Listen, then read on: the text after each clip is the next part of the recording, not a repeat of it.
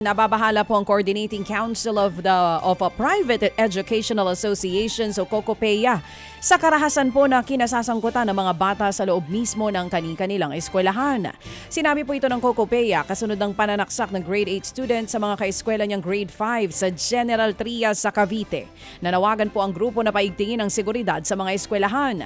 Kinwestiyon din nila kung paanong nakapasok o nakapagpasok ng kitchen knife ang 14 na taong gulang na dalagitang suspect. Martes nga po nang mangyaring pananaksak kung saan 7 ang sugatan.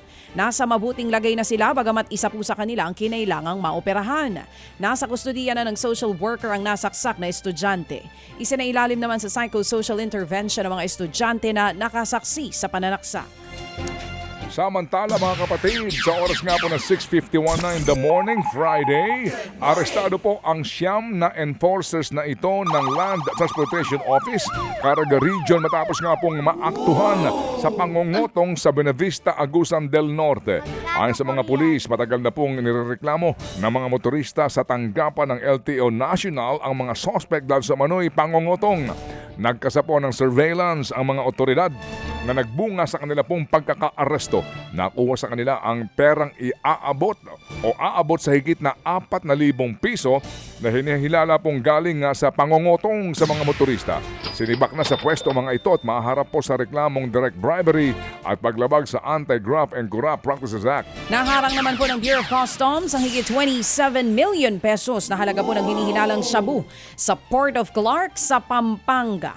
Ayon sa BOC, idineklara po ang parcel na galing Amerika bilang beauty product at nakatakdang maipadala po sa Mandaluyong City. Pero may kahinahinalang nakita nang isailalim po ito sa x-ray scan. Doon na nga po isinailalim sa mas masusing inspeksyon at doon po nakita ang hinihinalang droga. Ipinadala na po ang sample nito sa PIDEA para sa confirmatory laboratory examination. Magsasampa rin ang kaukulang kaso ang customs sa nasa likod ng shipment. Kinuyog ng grupo po ng LGBTQ ang isang dayuhan na nang insulto umano sa kanila sa Puerto Princesa, Palawan. Pinaghampas at sinakal ng grupo ang dayuhan. Ang dayuhan po'y kinuha ang helmet sa nakaparadang motor sabay inihampas ito sa kaaway na nasa loob ng kainan. Ayon sa investigasyon na insulto ang grupo nang tawagin silang bakla at pagsalitaan daw po na masasama ng lasing na foreigner. Nagkaroon ng konfrontasyon at itinulak ng dayuhan ng isang lumapit sa kanya. Dito nga po'y nagkaroon ng pagtatalo na nauwi sa rambulan.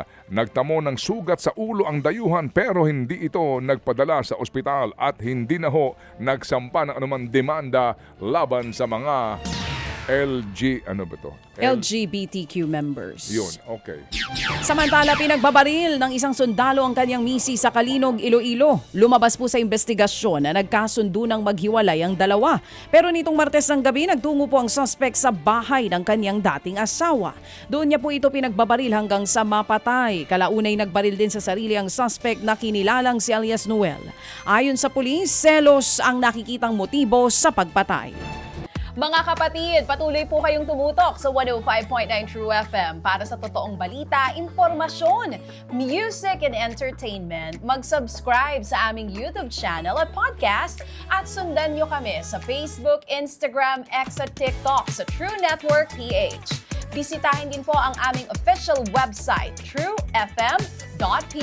At panoorin din kami sa True TV Signal, Channel 19. Kami po ang 105.9 True FM.